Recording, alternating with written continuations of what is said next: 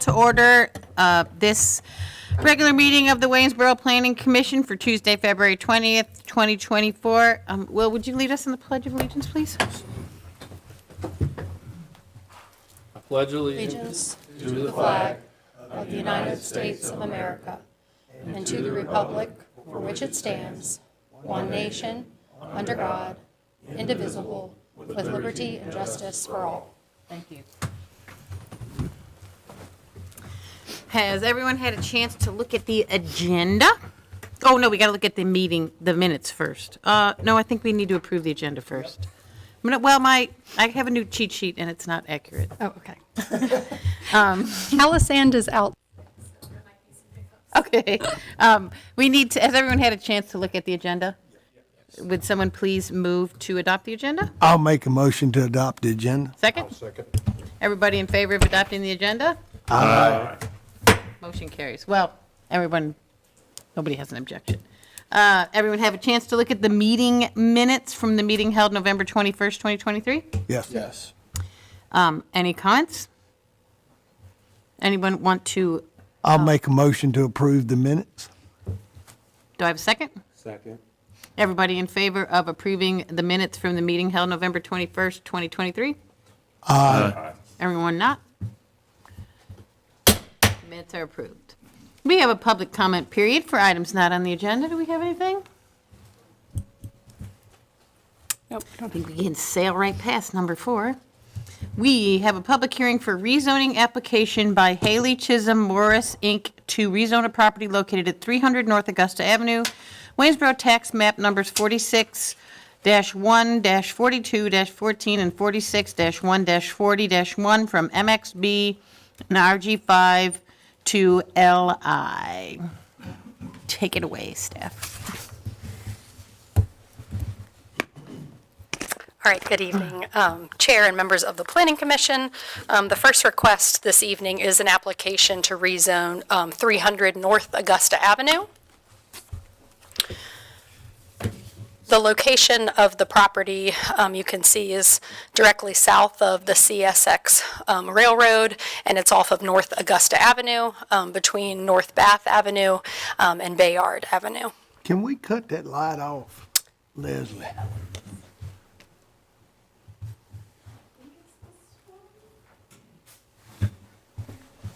Or is it back on?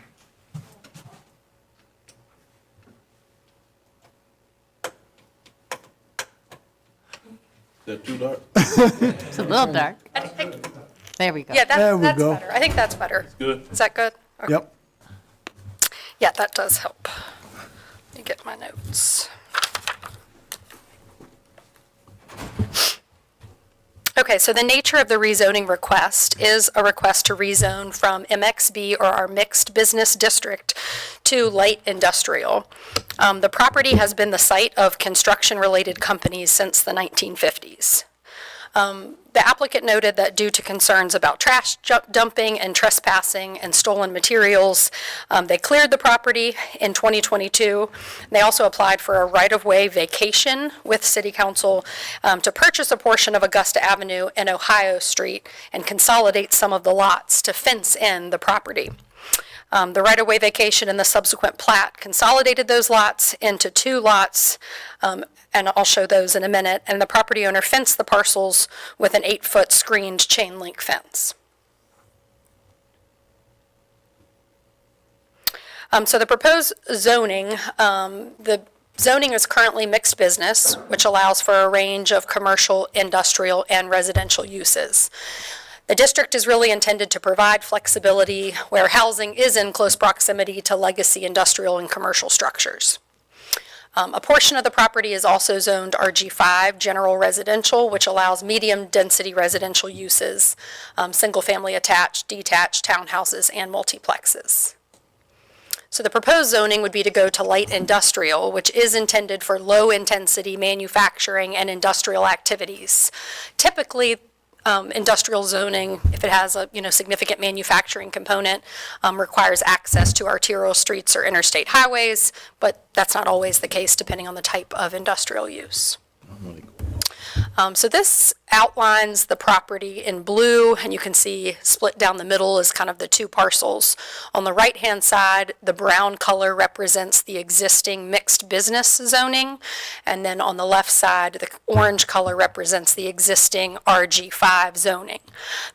The aerial that you see underneath where no color is represented, that is the area that was the alley areas that were vacated recently by city council. And so this is all owned now by the property owner, and they're requesting to apply light industrial zoning to the entire property, which is fenced in, and I have some pictures of that in a moment. So the comprehensive plan designates the area for medium-density residential development. So I will point out that the proposed zoning to light industrial does not match that 2008 land use plan. The surrounding area is a mix of residential, industrial, and commercial uses. So the comprehensive plan kind of designates that entire area as medium-density residential, but the actual development of the land on the ground is much more of a mixture today. So in looking at the impacts or potential impacts to adjacent parcels, the proposed zoning is an upzoning. It does increase the intensities that could be permitted on the property. The applicant does own a parcel outside of that blue outlined area that they intend to leave as a buffer between their development and the RG5. So it is currently zoned RG5, that parcel that they own, and that's not being included in this rezoning request, and I can show you that in a minute. The applicant has also constructed an 8-foot screened chain link fence around the property, which would help to screen the interior of the property and uses on the property from adjacent residential development. There are also 20-foot alleys that run along either side of the property that kind of creates an additional buffer from any adjacent residential development. So while the applicant plans to utilize the property for their construction materials and fencing and construction-related business, obviously zoning runs with the land, and so staff is looking at kind of any future user of the property that might utilize it for light industrial purposes. So staff did note that if the fence was to be taken down at any point by any future owner, that we should have some kind of condition that a buffer would be installed to create that protection in the future. And then also related to, any type of potential use that could include potential noise on the property, staff did note that they might want to consider hours of operation limitations, which is, I guess, within their existing business model, but could be different than a future user. And so they did proffer that the hours of operation would be limited to 7 a.m. to 6 p.m. Monday through Saturday. So the property is outlined in blue, the parcel that's outlined in yellow, and you can see there's some significant existing vegetation on that parcel that is also owned by the applicant, not included in this rezoning, zoned RG5, a vacant undeveloped property that they would plan obviously to leave as that to kind of create an additional buffer to the residential neighborhood. This is a picture of the existing fence. And then you can see that kind of that large tree directly on the left side of the fence is that single-family parcel that I was just speaking about. So the property is accessed from North Augusta Avenue, and there's an additional access possible from Ohio Street. Related to this specific request, there's no expected change in existing levels of traffic than essentially what they've always been doing and bringing it into compliance with the zoning ordinance. Any future development or significant change in use would require, additional site plan amendments, and we could kind of revisit that traffic impact potentially at that time. All utilities are present at the location. The property directly in front of this property is a business, and then as I've noted, other adjacent property is zoned and developed residentially, and then kind of the overall mix of the area is residential, industrial, and commercial uses. So the rezoning would bring the property into conformance with the zoning ordinance, as they do have outdoor storage of materials, which the light industrial would permit, although they are fenced in. The area is historically a mix of residential, industrial, and commercial uses, and staff feels like the proffers kind of help mitigate any future impacts on adjacent residential uses. And staff would recommend those proffers that would kind of limit the hours of operation and note that if the fence were to be taken down at any point, that a Class C buffer would need to be put in place. And that Class C buffer is a combination of a fence or berm or wall and plantings. So it is the most robust class buffer that the city has. So I'd be happy to answer any questions. The applicant is here to speak. And then this is a public hearing. Okay. So my cheat sheet says that the applicant speaks first, but I think I have to open the public I hearing. think you could do it either way, but if you want to open the public hearing and have And then the have the, applicant invite the speak. applicant. Sure. Okay. Okay. I would like to open the public hearing for rezoning application by Haley Chisholm Morris Incorporated to rezone a property located at 300 North Augusta Avenue, Waynesboro, tax map numbers 46-1-42-14 and 46-1-40-1 from MXB Mixed Business and RG5 to General Residential to Light Industrial. If the applicant would like to approach the podium and just give your name and address, please.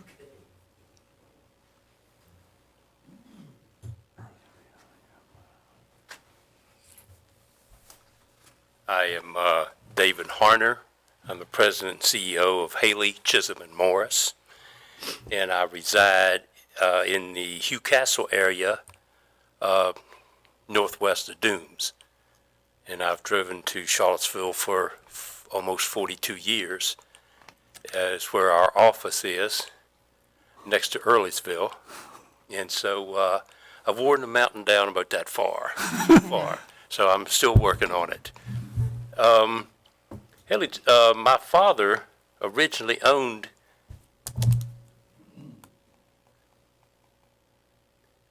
this parcel and built the original building in this parcel right here. And he had a small construction business, and we dug house foundations and did small grading jobs. So it's been a commercial site all along forever. And then, 25 years ago, it was burned down. The building was burned down. And Haley Chisholm and Morris bought this from my father when he retired, and I went to work for him in 1983. And the building burned down. Some vandals burned it down one night, so it was just never fixed up. And in the meantime, in 1998, 99, we bought a fence company that was located here in Augusta County because it supported a lot of our job sites have construction fence, and it was a good purchase. It's been very good for us. Anyway, we never had a home site for them. They've always rented. And so we decided here to clean up the property. It was full of homeless people. And so we basically cleaned it up around them to the point where they left.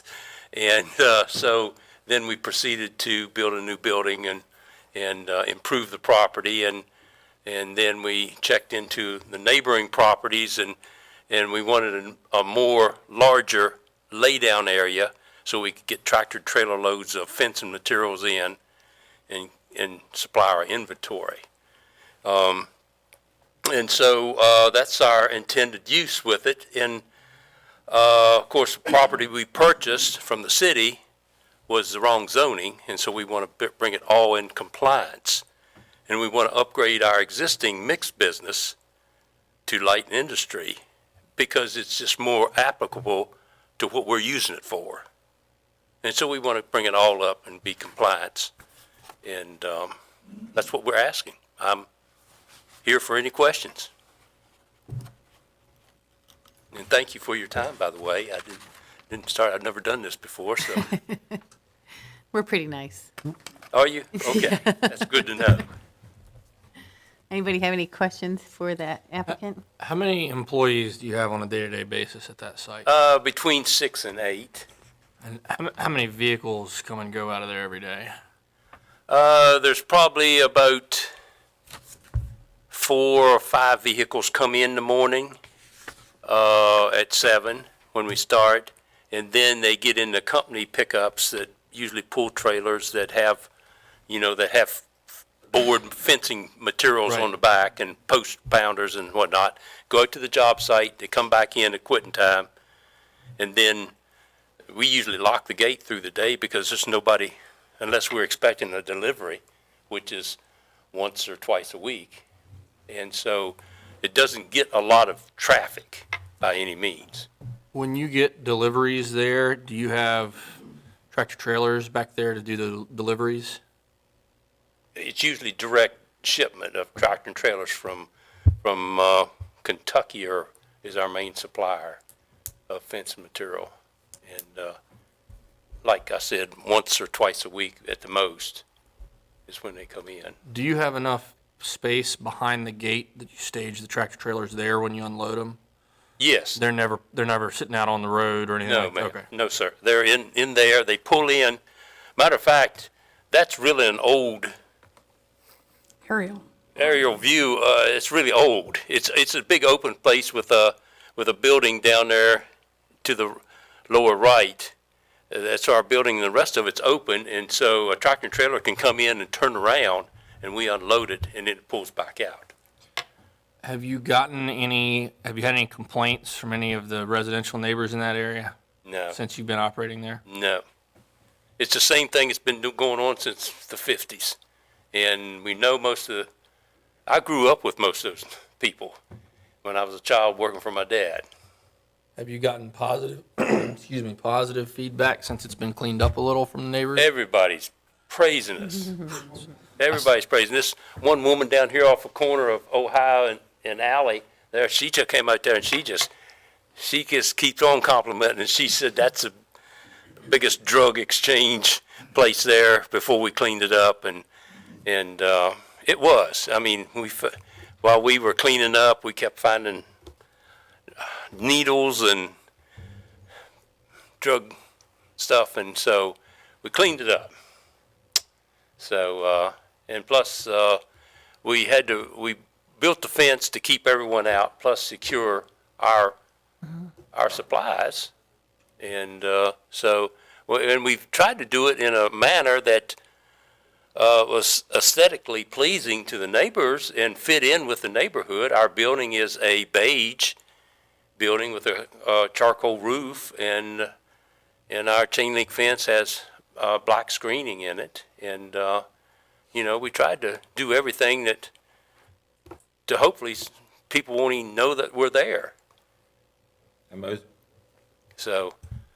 of what you do is just like storing your goods for your work sites. Yes, yes. It's not actual, production. No, we might make a gate or two there, nothing but crazy. that's inside the building, and yeah, we might make if you have a backyard fencing operation that you want it done, please call us, and we may have to make you a gate that, don't get me wrong. And so, yes, we do. That's about the only thing we manufacture there. Are there any future plans to develop the access off of on the left side for the To tractor Ohio trailers Street? to have, so the tractor trailers would have better access? Well, it's a bit of right through this area from this grade at Ohio Street Yep. to where we hauled a lot of dirt out of there. Okay. Leveled it out, but there's still about 3 to 5 foot of grade change. right Yeah. through Oh, here. okay. And we that ain't- thought about putting a ramp back into here and have the fence come back in around and do that. And then we thought, well, There's a we reason don't the need city to abandoned do it. Okay. They did it out so well That here. is so close to the And, railroad. Yeah, so, they don't give away I'm the not good, saying they we don't sell won't the good eventually stuff. do it, but there's really no need to do it. Nah, Okay. The access on that front side is good. Yeah.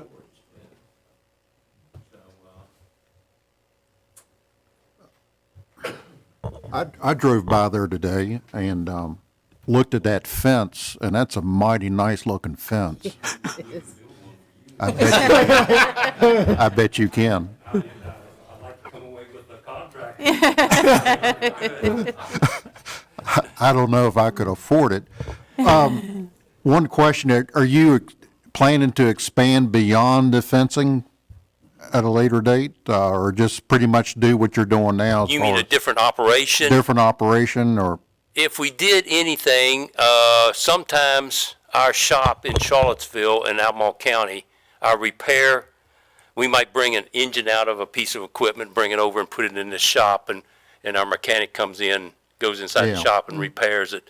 Or we might paint a piece of equipment or something like Okay. that. But that's basically our fencing operation. okay, And so, but it would be good if we, saw the need, we could do that, yes. okay. So, Do you have any feedback on the proposed proffers by staff, the time prohibition and the buffer requirement? no, none whatsoever. Haley Chisholm Morris is this year is celebrating 124 years of operation. Our state registered number is 7, with about 24 zeros in front of it. So, we're currently the second oldest corporation in the state of Virginia, and our intent is to operate for another 124 years. And I'm not sure that I'm going to get there myself, but probably not. But we just want a nice little quiet place of operation, and we think we found it, if y'all will work with us. And I'd like to take this time to thank the city for all they've done with us in vacating the streets. And also, we bought some of the property through tax, I don't know what you call that, but that one piece of property we bought, taxes hadn't been paid on it for 120 years. And I'm hoping that keeps applying to us too. But I don't think I'm gonna get there. All right, anyone else have any questions? Thank you very much for your time, and it's very interesting to learn what's going on over there. It seems like you're upgrading the neighborhood, so. We would like to think that, yes, and we are. So thank you for your time, everyone. Okay, thank And I you. hope you go ahead and grant us this request. Thank you, Leslie. I have no one signed up, but certainly you can see if anyone would like to Okay. speak. Come on, my friend. State your name and address, please. My name is Hashim Halstead from 1625 Edge Hill here in Waynesboro. I like these guys. I like what they're doing. I think they're making that corner way better than what it has been. In the summertime and springtime, I like to ride my bike through there to get up to Sunset Park at other friends' houses. Like, I ride my bike a lot. My only concern is not with anything they're doing. I actually think zoning them all and get them one good zoning like MXB would make a ton of sense for everything with a conditional use permit. For the simple fact, there's a lot of things that light industry allows that I think is okay. Like if they were to move their operation somewhere else in Waynesboro, hopefully, in the future, like if they were to move, which they shouldn't, but if they were to, it could be permitted to use as a drug rehabilitation, post-incarceration assistance, heavy machinery rental and sales, vehicle storage, manufactured home sales, firing range, riding academy, or a boarding stable, which are all amazing things that could definitely work there as well if they weren't there. But I think things that might not work as well in that little community right behind the elementary school would be things like adult uses, arena or stadiums, airports, helicopters, and all other passenger terminals that are allowed in light industry zoning. So I think getting them to mixed use with a conditional use permit for what they want to do, which is more of a heavy machinery type of work, which they've already been doing, would make a lot more sense for that specific location. But yeah, thank you for hearing me out. All right, thank you very much. Anyone else? Okay, I'm going to close the public hearing. And we can talk about our things. And I'll start, because I'm pretty protective of that MXB zoning. We worked really hard to get that in there. But I got to tell you, I don't see this piece of property being used as an airport or a bus station. Yeah. I don't ever see that happening. It's really not conducive to more houses, so I'm all for this. And just to point out, adult businesses are kind of covered under a separate ordinance that Right. does have restrictions on school distances and things, so that's one less concern. I think the likelihood of it being used for much else than it's being used for by someone who has certainly put in a lot of effort to maintain the piece of property and improve it. I just think it's not likely. And like I said, I'm very protective of that MXB zoning. But in this case, I think it's appropriate to rezone this parcel as stated. It's just my thoughts. Yep. I concur, Shannon. With all other possibilities for light industry, would there be additional requirements that would have to be met for it to be able to fit within that parcel of land? So if the owner ever went under some kind of, whether it was a different owner or the same owner, but there was this kind of a significant change in use, they were doing some kind of new operation or adding something, then they would have to do an amended site plan, and that would come under looking at, okay, with your new use, is your traffic impact different? Is your parking numbers different? What are your setbacks related to the size of building? So yes, that we couldn't say, no, you can't locate that there if it's allowed by the zoning, but we would be looking at, does it meet all the other requirements for that use, parking It's and, not just a free-for-all. You plop whatever you want there. Now, if it does meet the current zoning requirements, but it's just not a good fit for the community, are there other safeguards in place to be able to limit the use of other types of businesses there? so the applicant, the proffers that were addressed related to the times of operation and, why am I blanking on the other one? The guards, the Oh, right, the buffer. So those two proffers were submitted by the applicant voluntarily based on some kind of concerns that staff had about, well, what are some other uses? So the other way that that could be handled is if there were specific uses in the ordinance that were concerning, that the applicant wanted to proffer out essentially and say, well, we won't do these things. That would be a way of handling it. I did a quick run through today of like everything that's allowed in MXB and everything that's allowed in light industrial to kind of check those things. And really those things like bus terminals and airports and I can't remember if a treatment plant, like a wastewater treatment plant, I think is also one that would be permitted in light industrial. So I ran through some of those. Some of them I would agree that, are unlikely to locate at that location. Others, you might never know. So that would be the other way of handling it if the applicant felt like, yes, we have no desire to do a wastewater treatment plant or a bus terminal or a this or that, and wanted to essentially proffer those out. That would be a way that it could be handled also, to add to those two proffers, some additional proffers. I think that, and the applicant can correct me if I'm wrong, but I think the main thought was having kind of a storage yard is not allowed in MXB. And so that's why they need to make the change. And then also like vehicle repair, I mean, they're not turning it into obviously a vehicle repair place, but they might want to utilize their existing building for that. So yes, there are some additional uses that they could work with staff to proffer out, if that's something that would be is something of concern to the Planning Commission. Any other comments or thoughts? I would just like to comment that section of the neighborhood, or of the city, bordering the railroad, has a heavy mix of light industrial already. I work in a machine shop that's on the other side of the tracks, around, just around the bend on the Norfolk Southern side. But, you'll have the traffic there, and any potential light industrial use that would be heavier, that might have more traffic coming through, is going to have to go through traffic studies and everything. That would have to, there would be a lot of upgrades if they were going to heavily increase the flow. And them getting into compliance by zoning it for what they're actually using it for is the biggest catch here. So the proffers from 7 till 6 in the evening, that's really reasonable, because a lot of those companies, we operate with the bay doors open because we don't have AC, and it's allowed till 8 o'clock, 9 o'clock in the evening, running machinery, so, and I've never heard anything come from that side.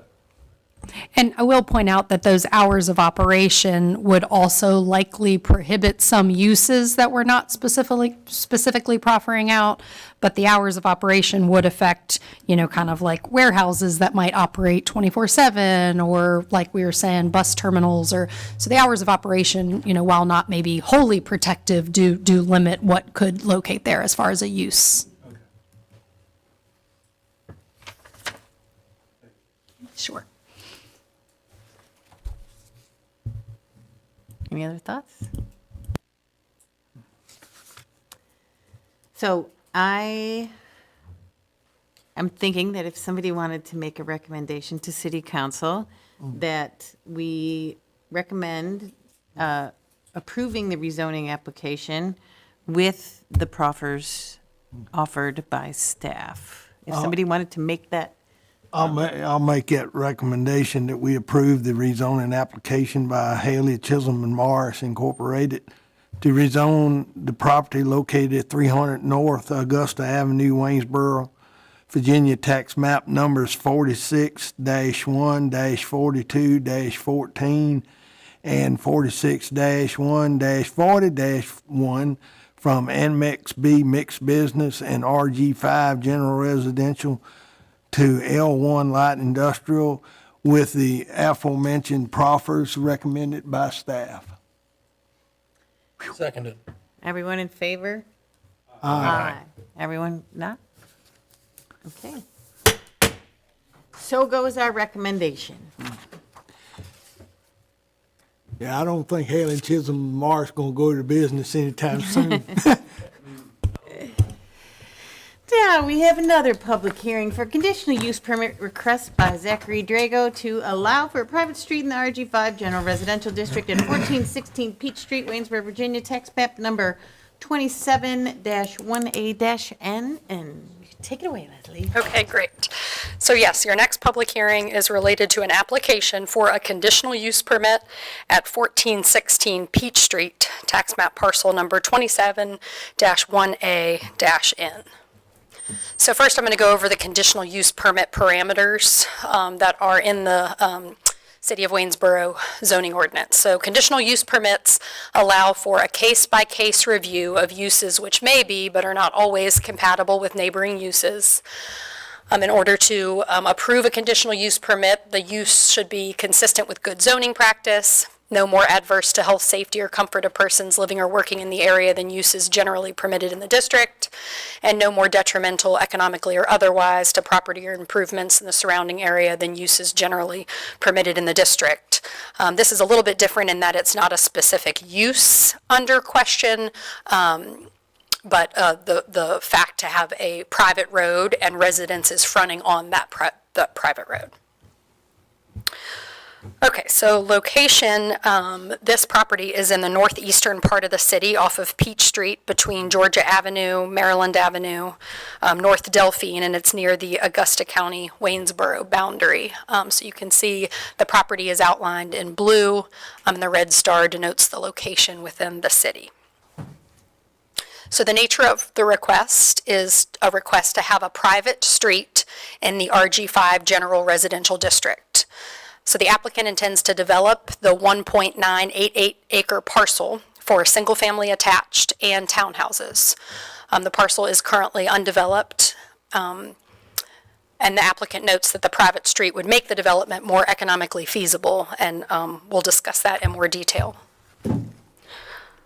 So the surrounding uses, you can see that it's mostly surrounded by single-family homes in the city, and then also across the boundary and the county. There is a nearby Waynesboro Wesleyan Church, and then on the other side of Delphine, before you turn onto Maryland and then Peach, there's Allied Concrete in the vicinity.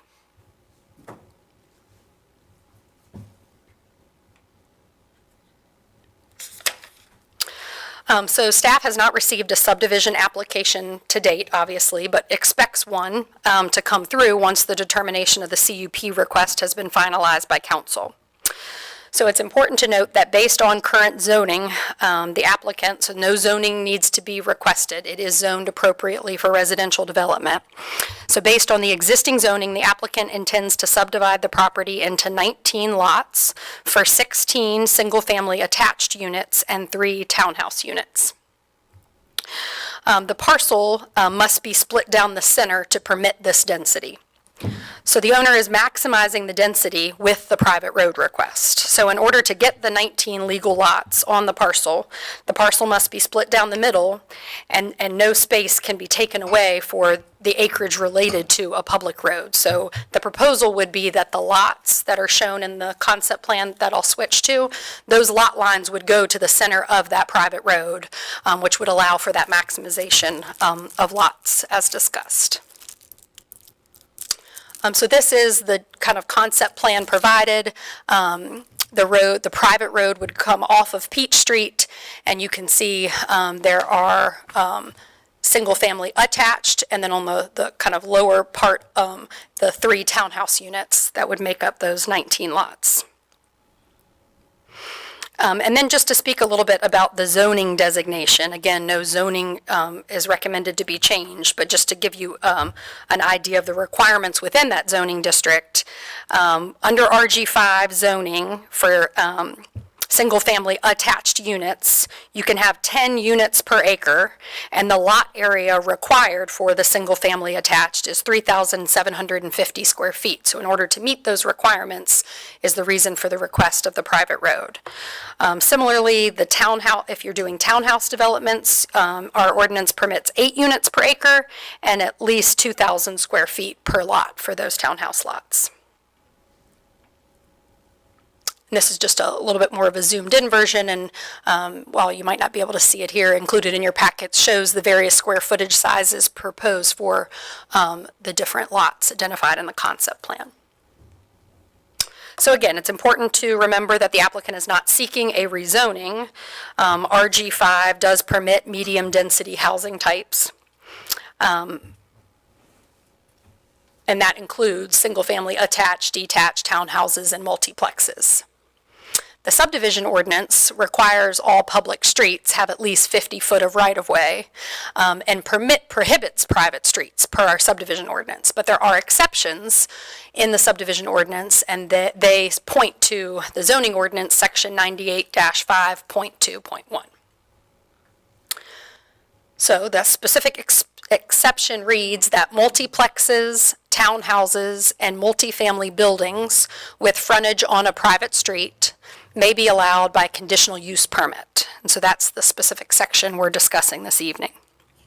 And just to give you clarity on those specific uses, multiplexes are residential buildings with 3 to 5 attached dwelling units. They're consolidated into a single structure, typically on a single lot with common walls, and each unit has its own external entrance. Townhouses are identified as residential buildings with 3 to 5 attached units on separately owned lots or a single lot. And units are in a row and they share side walls, and each unit has its own external street-facing entrance. The comprehensive plan identifies this area for medium-density residential development, and so there's no conflict. Again, there's no zoning being recommended to be changed with this request. Again, the zoning ordinance permits multiplexes, townhouses, and multifamily buildings to front on a private street. Staff does point out that the ordinance doesn't contemplate a mix of residential units, so this concept shows the majority single-family attached with 1 townhouse or 1 3-unit townhouse within the project. So we did take kind of a broad interpretation of the ordinance in that there is 1 townhouse unit included, and the exception does include townhouses. So staff notes that it narrowly meets the zoning ordinance requirement, and that in order to keep it compliant with that section, staff would recommend the condition that the development must include at least 1 multiplex or townhouse to meet the city code exception. Staff notes that private streets are not subject to city's requirements for street design and construction, but certainly emergency access is important, and worked with fire department on this. And so they have kind of reviewed that need for a 24-foot through lane, which is shown in the concept plan, with a 20-foot hammerhead turnaround. And so that is what is requested by the fire department to provide emergency access. Public Works will require public utility easements to ensure access to utilities. So it will be a private road, but be on public water and sewer. Staff also notes to ensure that the forthcoming subdivision plat reflects a comparable design to the concept plan in keeping with what's been worked out with the fire department and other agencies. Staff does recommend this condition, that the private street shall be constructed in general conformance with this concept plan that we've previously shown. However, these documents are for conceptual purposes only, and that all final designs and analyses are to be completed and signed by a licensed professional and subject to city review and approval. Also included in your packets, the applicant did create a private road maintenance agreement, and some of the details of that are listed on the concept plan, and that is intended to set out maintenance responsibilities of future property owners. So with that road being private, the city would not provide trash pickup or snow removal or any road maintenance or repairs. It would be the responsibility of those homeowners. So staff does recommend the following conditions. Are those conditions related to making sure that those maintenance agreements are part of the overall conditional use permit? So the first one ensures the maintenance agreement is included in the future HOA covenants. So those purchasing would be aware that they are located on a private road and that maintenance is their responsibility. And the second is to ensure that it's clear that the city is not responsible for maintenance in the future. And I'm not going to read over all these, but essentially it goes into kind of those details that any future request to accept the road, the city is not required to do so, and that would be evaluated by city council at that time, and that trash pickup, road maintenance, and snow removal would not be the responsibility of the city.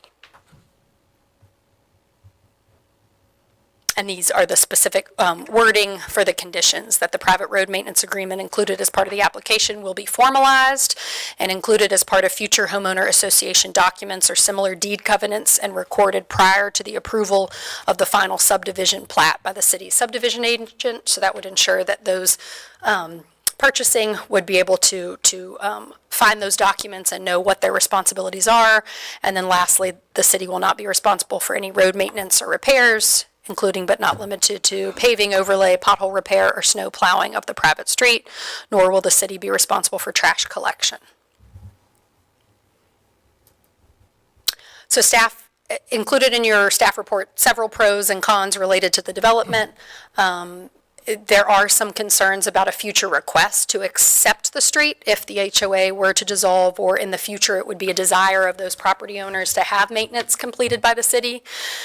If that were to happen, the street would not be designed to city standards, so it wouldn't have that 50-foot right-of-way. And the reason that's important is because the city receives VDOT maintenance funding to cover maintenance, and the requirement to receive that funding is that the right-of-way be at least 50 feet. So if in the future a request came through, it would obviously be the prerogative of city council to determine if they wanted to accept the road or not, but if they did accept it, it would not meet those requirements for the VDOT maintenance funding. Staff also points out that existing Peach Street, which is a public road, does not qualify for that VDOT maintenance funding, so there are roads out there today that don't qualify. And then the final recommended condition addresses those kind of concerns to identify that the city would not be obligated to accept the private street in the future, and that any future request to accept the street would be reviewed by city staff and approved by council. So as part of our analysis, staff wanted to identify other private streets that serve as frontage within the city. So two of note are Brandon Circle and Pelham Green West.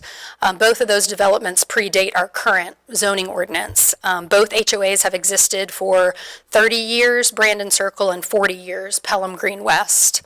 Both have language, we did research on their covenants. They both have language similar to what we're recommending as conditions. So here are some images of Brandon Circle, and there's an excerpt from their covenants, conditions, and restrictions, and you can see related to maintenance, it says the association shall provide for maintenance of common properties, landscaping, and exterior maintenance. And then as far as Brandon Circle, which is that private roadway, Brandon Circle requires private maintenance by the association. The cost of all of that maintenance will not be borne by the city, the Commonwealth, or any public agency. The initial construction of Brandon Circle shall be borne and completed by the declarant. So again, just protections in place, similar to what we've proposed if this conditional use permit is approved. Similarly, the other project or development within the city is Pelham Green West, which was annexed from the county, but also has similar restrictions related to, as you can see there, number C or letter C, no request will be made by the individual lot owners or the homeowners association to have the lots within the subdivision served by a public street unless and until it's been designed and constructed to a certain standard. Is conditional use permit process to permit a private road and to bring that forward. Staff also notes that this development, private funds would require a water line upgrade for portions of Maryland Avenue and Peach Street. So it would be needed to serve this development, but Public Works notes that those upgrades would improve fire flow for the overall neighborhood. And the next step would be the subdivision process and any additional waivers that might be required with the development. So the benefits, again, affordable housing and additional housing is needed, and it is an infill development project providing some of that housing, and the water infrastructure upgrades that will be completed with this development would provide better fire flow for the area. Some of the potential drawbacks are buyers' expectations. Will property owners know that they are purchasing a lot on a private road, and their expectations about the services, concerns about HOA longevity, and a potential request for city to accept the road in the future. And then what we've previously mentioned, that Peach Street and the private street are not eligible for VDOT maintenance funding, so putting additional units on those properties and any future request is something that staff noted.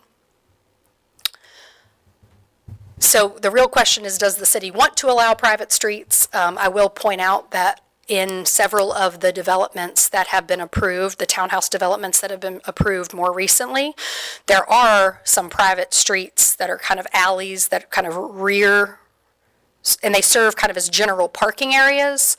The difference here is the frontage. So those did not require any kind of conditional use permit because the property had frontage on a public road. The primary way they accessed their property was on a public road.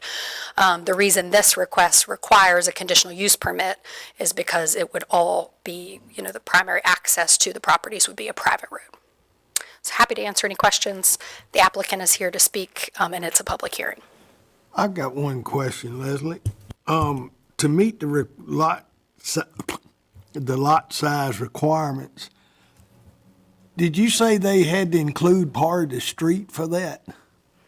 Yeah, so if it was a public road, it would have to be a 50-foot right-of-way, and then on the other side of that right-of-way, Would be the the lot lot. requirements would need to be met. So, in order to develop the property to the density that is shown in the concept plan, the lot lines to create the square footage requirements are having to go to the center line of the private road. So again, that's kind of goes back to the reasoning for the private road request. If they were to put a 50-foot right-of-way in there, they would not be able to create the density that's been shown. What would be the density with a 50-foot right-of-way? Yeah, I mean, that's difficult to say. Move all those lots It would back need to 50 be half feet. of that. They'd have to have a private, they'd have to have a road come up one side with only half the houses. Yeah. Yeah. And I mean, it's it would financial. significantly cut the development as proposed. So staff notes that, it is a different request than you've seen recently. It is a conditional use permit within the ordinance to allow it, again, on multiplexes and townhomes. It doesn't specifically speak to single-family attached, but it also didn't envision kind of a mixed-use development, so staff did take a broad interpretation in that it does have one townhouse, and that would be a required condition that at least one townhouse or multiplex be included as part of the development. I noticed at the end of that, in the middle of that hammerhead turnaround, that there's an extension. Is that intended as a connector road to something else in the future? No. Okay. Just the requirements of kind of the standard turnaround. For There- a ladder truck? Yeah, and there are lots behind the property Yeah. that are in the city. Yeah. Already kind of subdivided lots. And then right behind those lots Is is the the county line. And again, it would be private right-of-way, so it's not like a public road where we might be envisioning some future public connection. This would be private, so that would be up to them, any kind of future connection. How big are the residential units that are shown on this? Do you know square footage wise? I'm not sure. You could ask the applicant. Yeah. I do have a question. So it says that each unit would be allotted 2 off-street parking spaces. Does that mean that for the fire and emergency services, that there's not going to be permitted parking outside of those spaces? So it's a hard 2 spots per house. And beyond that, they're going to have to park around the block. Because would that cut into the emergency services needing that amount? So the 24-foot wide travel lane is provided. I can't remember if this is showing parking. The 2 spots are not necessarily off-site. Well, it's showing, they called Off-street. it out, it's off-street, so those recesses, you got 2, 4, 6 spots. And they're showing that you had, right there, every one of those end cuts is your parking.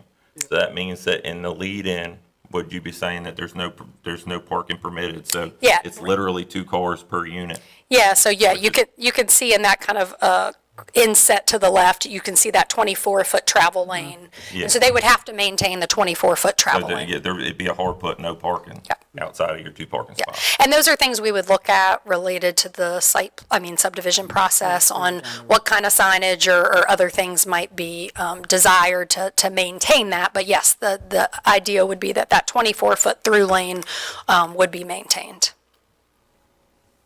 That makes sense. One question I have, I've got a concern about the longevity of the HOA. How will that be managed? And I guess that's up to the property owners, correct? So the conditions that staff has recommended is that essentially, yes, that before any kind of final plat is approved, which would allow the developer to sell lots, they would have to record those covenants and restrictions. And so it is on the private individual to know what those, know what they're purchasing and know what those covenants and restrictions are. And then assessments would be made on each of those property owners to cover the road maintenance and repair and whatever other services might be provided. But in those covenants, if they research those before purchasing, would know that they would not have trash pickup, snow removal, and they would have some form of an assessment to pay for the road maintenance and repair. So it's up to the property owners then to make sure that the HOA continues. Yeah, they have their own board and whatnot. Well, Correct. yeah, and I guess it depends. It could be done through an HOA. Yes, and those are some of the things that, the applicant may be able to better address. Staff does feel like the conditions at least protect the city and the fact that we have, there will be covenants in place that notice that the city is not responsible for road maintenance. But yes, the city would not have any control over keeping a homeowners association going. And so those are some of the concern we raised in the future if property owners came and said, why don't we have repair done by the city? Can the city accept it? Again, we put a condition in that we wouldn't be required to accept it, and that would be a decision of council, but it's those expectations. I have a question. With the two examples that you provided earlier that were in the city, how have those conditions and residents there, like, have they had any complaints about any work that's required from the city, or expressed concerns that they would like the city to address? Not that I'm aware of. I haven't been here very long, but not that I'm aware of. Alisand, our city planner, did go out and look at those properties. We're also not road experts, but she said they look, generally well maintained, and those HOAs have existed for some time. So, it's really difficult to say kind of how that might work. But no, I don't think the city's received lots of requests for them for any kind of maintenance. No. In the event that an HOA is to dissolve, how would that impact the community that's surrounding it, with maintenance not having to be kept up at that point due to the discretion of the sole owner? So I think if the HOA were to dissolve and say the road conditions were to deteriorate and you started to have individuals within that development, complaining to city staff or to council, then that would be a decision then of council of how to move forward. The private road would be,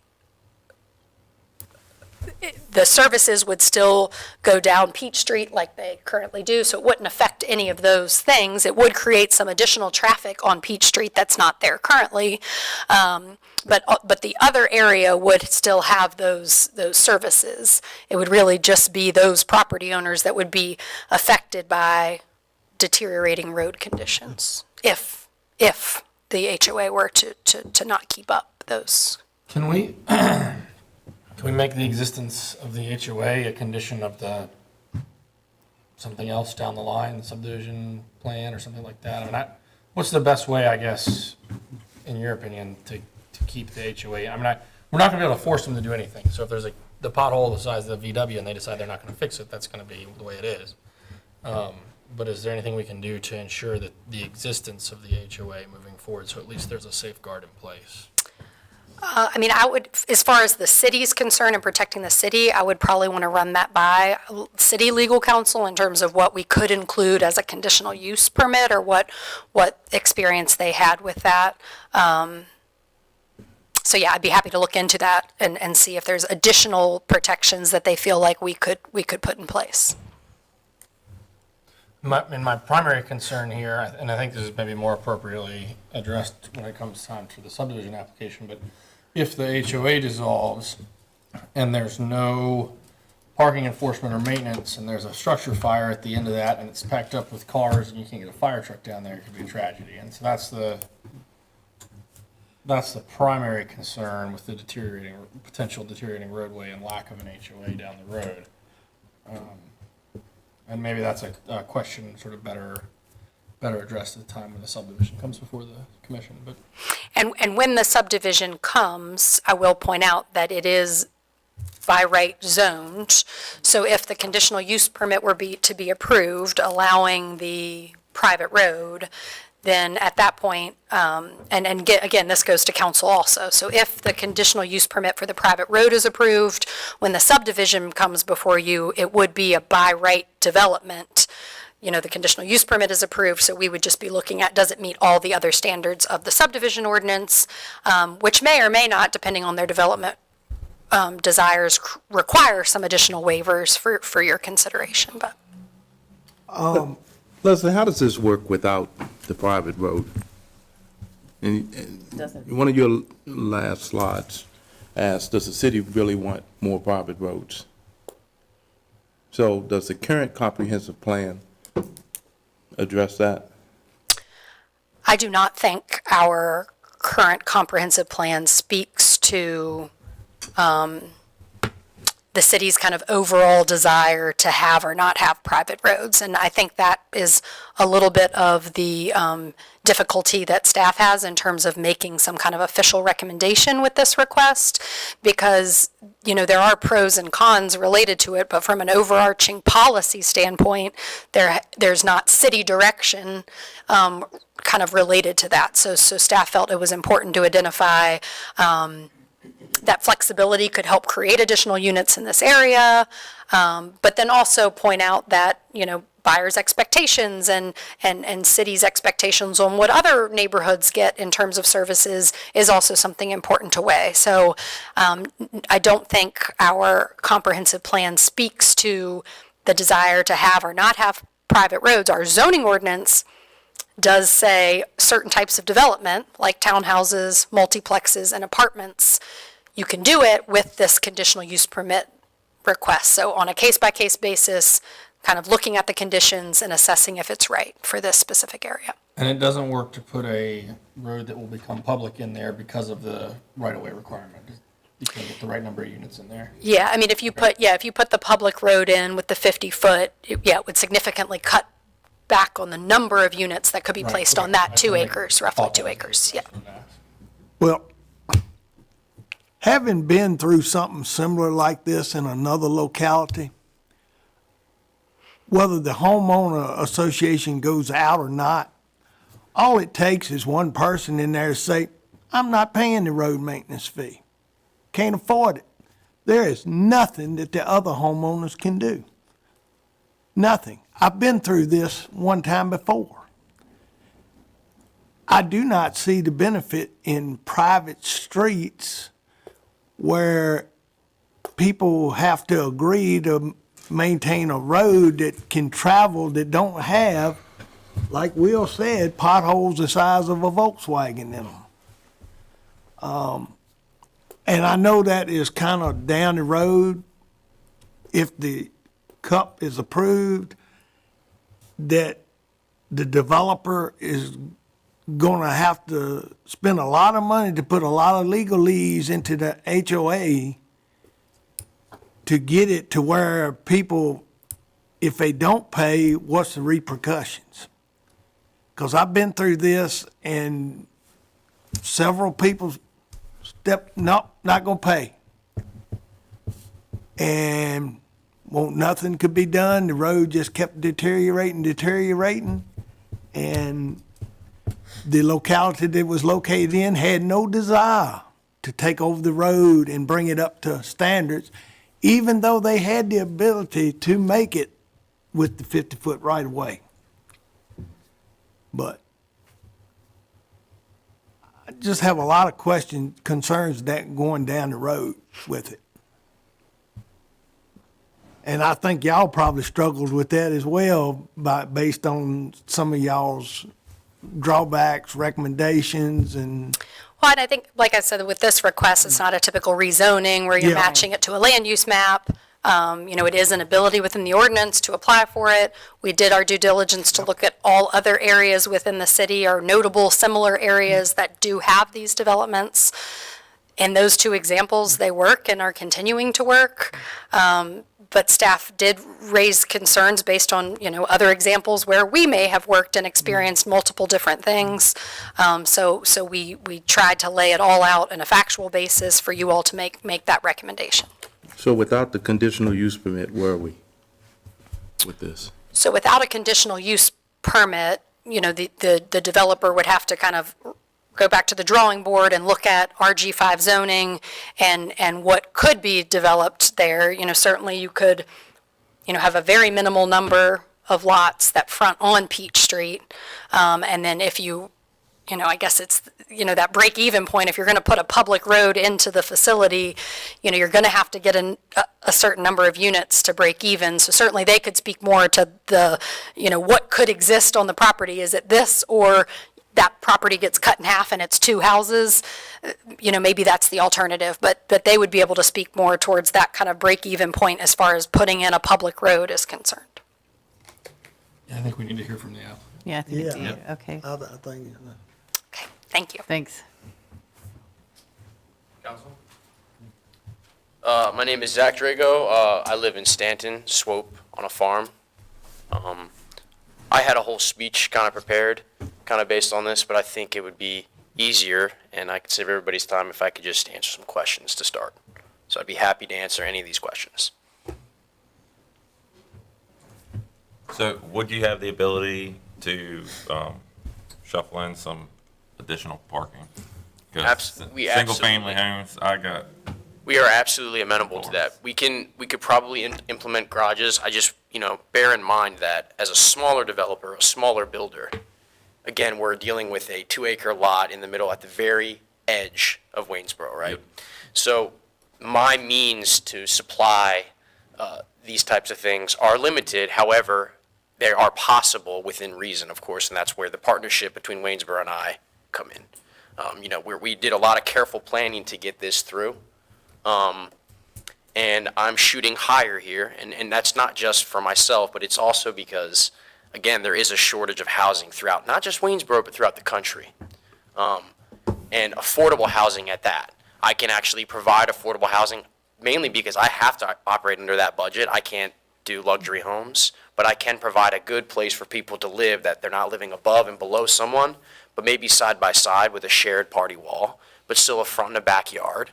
And that's where the parking scenario came into play. But of course, we could add parking in some places, I'm sure, and it wouldn't break the budget. And we could maybe add garages that wouldn't break the budget. But the main thing is, it's definitely not going to work if it's going to have to be, hey, public road, we need 50 parking spots per unit. Obviously that's not going to work. So of course, we're here with an open dialogue. So.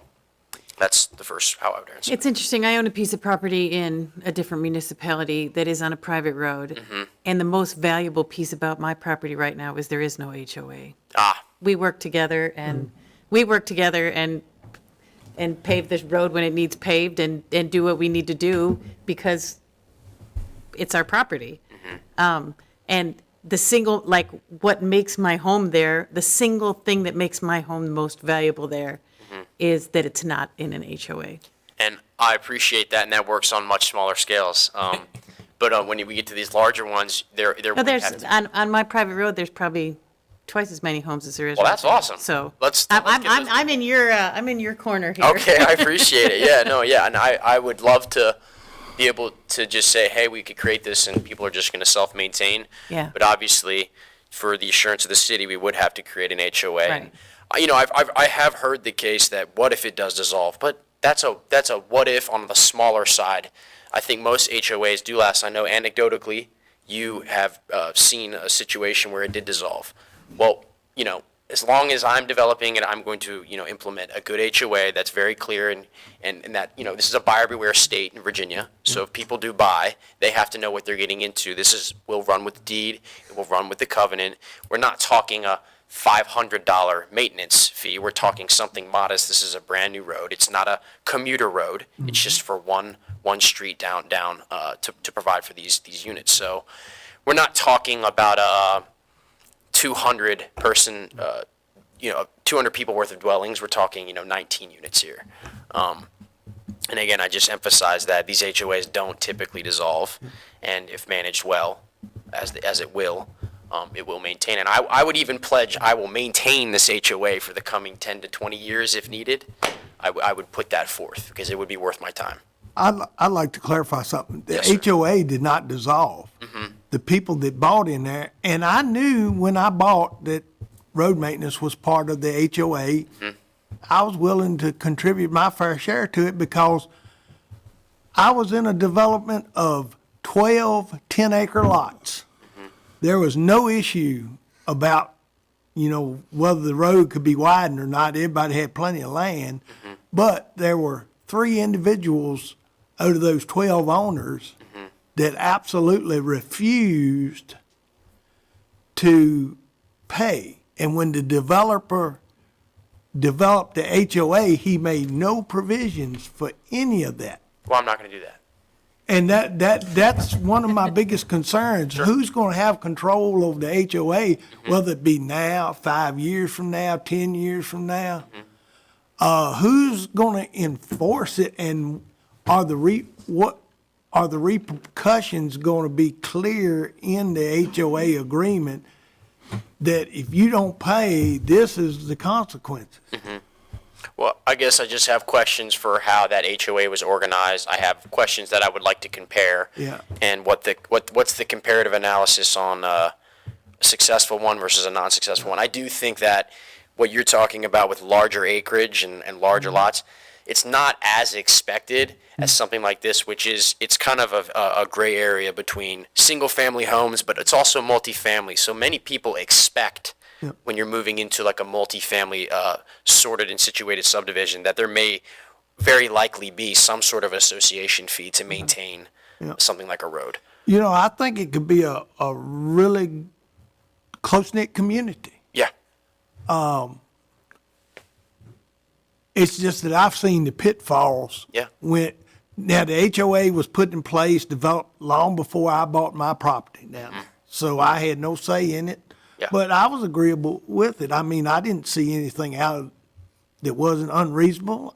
I mean, I didn't think that HOA road maintenance fee was unreasonable. Hell, I wanted to pave the road, and so did 8 of the other people. Right. But the other ones didn't want to pay anything. Well, and again, I want to emphasize you're talking a more rural setting. Yeah. You know, I live out on a road just like this where it's a gravel road, and Yeah. I'm sure a lot of people would want to pave it, but when it comes actually time to paying it, it's a whole different scenario. This would already be paved. The HOA is already in place, so it's not like we're asking people to front a couple $1,000s all of a sudden. You know, this is a slowly kicking in managed account, managed by how HOAs are supposed to be managed. And I would also just like to emphasize the precedent here is actually in favor of the success of this, as there's 2 other developments. I know they're prior to the existence of Waynesboro, but they do seem to be working well, and they look pretty well kept, which I would intend to, of course, fulfill that. What is that? Correct me if I'm wrong, but it would still fall, if at some point the HOA did dissolve, it would still fall into the hands of the council to decide whether or not they were going to adopt the care for anything, regardless of whether the HOA defaults. So even if their road had potholes the size of a Volkswagen, we could still say, you know, well, I'm sorry, but Yes. you guys have to- Sure, yeah. It would be Self-sorting. up, yeah, it would be up to council to accept. I mean, they could say, we would be happy to accept it once you've done a certain level of maintenance. They could say, nope, we have no interest in ever taking it over. So yeah, it would, those protections are in place, that it would be a request and council decision. I have a question. You mentioned affordable housing. With Yes, sir. HOA and the density of your proposed subdivision plot, how affordable are we talking? Like, what income base is it affordable to? Well, I would say that if we're talking not condos, we are talking single-family homes, which is the business I'm in. However, there is that gray area, right? It's somewhat multifamily, which is how we're able to provide so many housing units in a densely populated area, small niche of acreage. We are looking at within under $250,000 per home. We would be in a good place as a developer. So 250 and below, which I think throughout the country for a new home, that's a very good price point. Yeah. So And what is the square footage of those? it's gonna we don't have I think it's gonna depend how it plays out with the subdivision, but anywhere from 1340 to 1440, somewhere in that range. Be it some 3 bedrooms, some 4 bedrooms. As again, I'm trying to cater to the fact that people can't afford a home, and so they're actually moving in together. So that 4th bedroom actually comes in clutch for them, as well as providing a bedroom on the 1st floor, because there's a lot of elderly in Waynesboro, and I haven't been able to service them because there's no bedroom on the 1st floor. So kind of a lot of things I'm thinking about that I would like to be able to cater to, and keeping it, again, affordable. Right. So And what would just roughly, the price of HOA look like? that's a good question, and I don't have that exact number, but I kind of, I have to build these to be able to cash flow as the developer in case I cannot sell. So I have written up and I didn't bring it today, but I wrote up like an operating expense of what I would, predominantly have to put aside every month for repairs, for landscaping, for things like the road. Because again, this is a private road that I'd be maintaining. That includes snow and trash collection. Absolutely.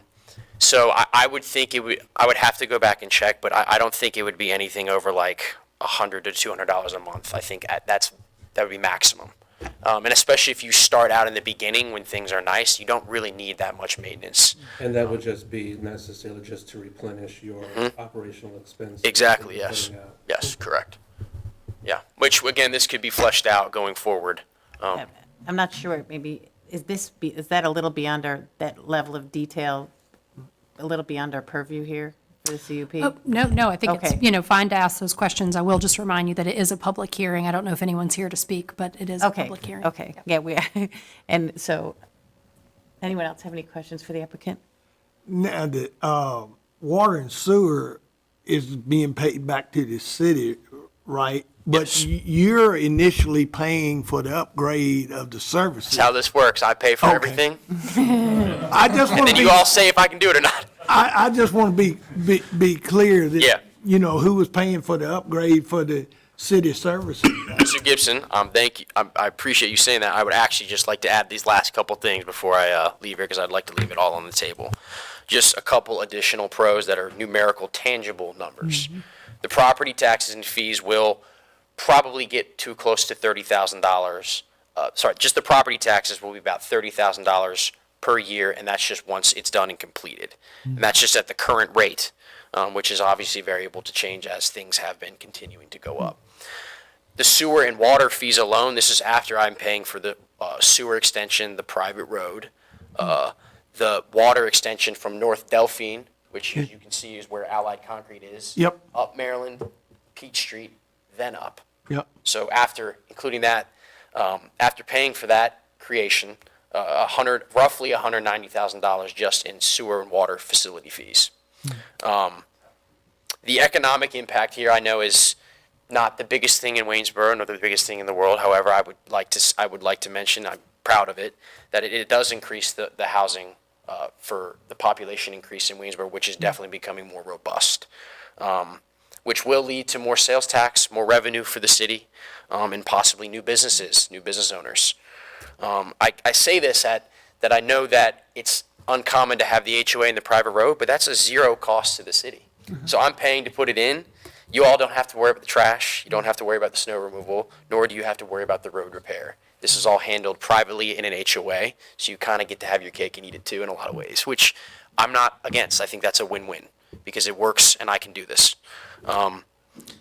So with that being said, those are just a couple things that I would like to think about to kind of reframe it a little bit, just kind of from my perspective, how I look at it. Thank you very much. Yes, thank you. So I want to be clear, are we being asked to recommend approval of the conditional use permit this evening? Yes, so tonight it would be to recommend approval of the conditional use permit, so all of the conditions as outlined by staff to allow the private road.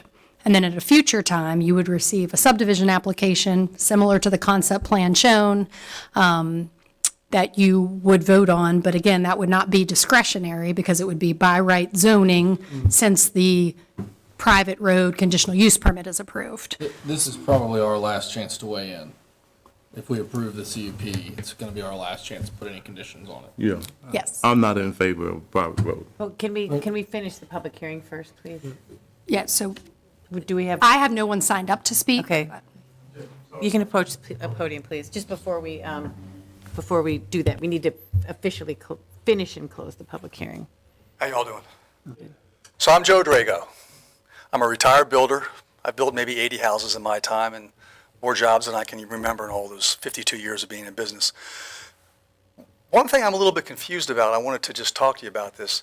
You're saying that 3 people refused to pay the fees for the road and that nothing could be done about it. That's right, because there were no consequences drawn up within the HOA. Gotcha. So because that language wasn't in the HOA, That's they were exactly allowed to get right. away with it. I got you. Because I've never heard of that before. I've heard of people not doing what the HOA required and them getting sued in court. Yep. And then- Well, when and then- there's and then no in that way, language, when there's no language in there, there's no court. Point taken, point taken. But that is the way that gets handled. People can't just say, oh, hell, we're not going to pay. No, no, no, no, no. The HOA then takes them to court, and the judge settles it, and they got to pay the fees. If they don't, a lien is placed against their property. That's how it works. So Yep. there is an enforcement in that Yep. sense. I just want to kind of make that point. Yep. I guess that's it. Yeah, I just want to. Okay. just want to Thank you say very that. much. All right? Thank you.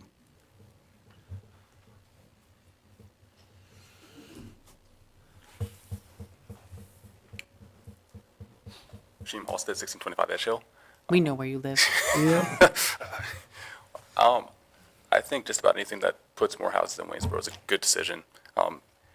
Obviously, you have to use discretion, you have to use wisdom, you have to look at the overall project. I think some of my main concerns, I look at that, Peach Street is not a very wide street, it's definitely a residentially based street with that in mind. But I'm sure there's plenty of ways you can think of to combat that and to deal with that increased traffic of, what is that, somewhere between 30 spots or so, 30 different vehicles that would be moving into that in the future for this specific development. And I think it would help to offset that issue. I have plenty of friends in this community that can't find a house. Like, it just doesn't even exist. I have friends that are what I would consider even overpaying for what small housing there is to get. So anything that can help developers develop, I think is definitely something worth considering. There's not a one-size-fits-all answer for any of the projects that we're going to be looking at in the future, because we're going to have developers wanting to build here because it's an amazing place to live. We all live here, so we know that. We want to keep it that way. We want to keep it an amazing place. But in that, some things we're going to be forced to change with those changes. And I feel like this is a step in the right direction. Maybe it's not the perfect solution, but I think it leans in the direction of a better solution. Thank you.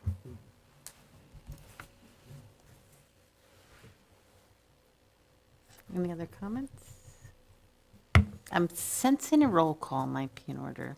So I have no one signed up, so you, if Okay, if no one else, you can close the public hearing. Okay, so I'm going to close the public hearing. But I'm sensing when it comes time for I mean, is this appropriate? I'm not exactly sure when it's appropriate to have a roll call vote, or can I just say whenever I want one? I mean, certainly you can see if there's any additional discussion, if anybody would like to make a motion, and then if not, Okay. I have a question. There's no way to revisit this with more information?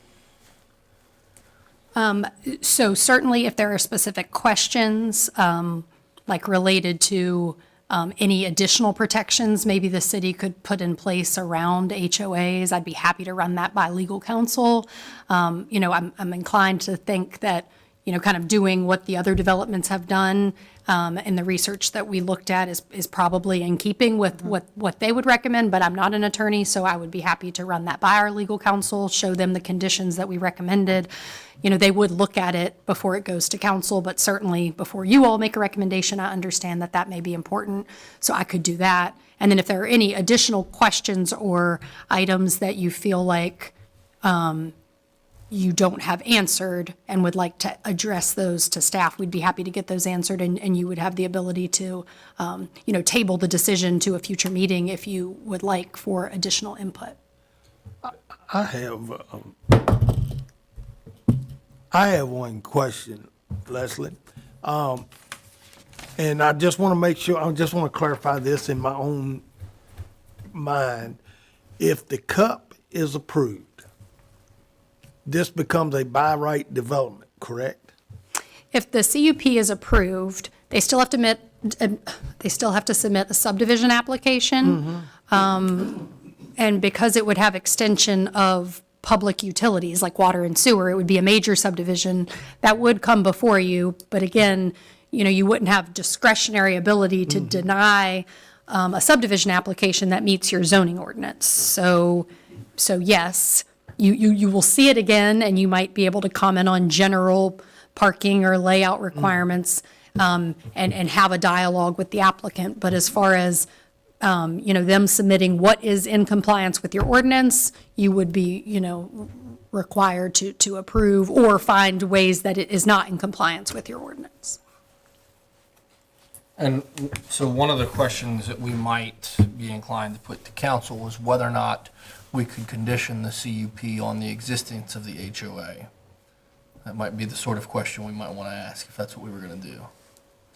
The other question I have that maybe is more appropriate for, it strikes me that well, let me back up for 1 second. I think what the applicant is doing is laudable.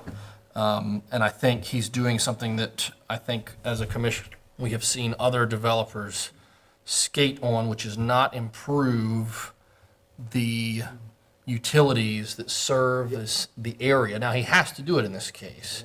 But in my view, responsible development comes with contribution to the community as well. And the fact that he's improving the water lines and the fire flow in that neighborhood, again, he has to build the development. That's laudable. And that's sort of the way that development is sustainable, particularly in a small community like Waynesboro, when you have developers that have to upgrade the infrastructure, and the infrastructure then supports continued development.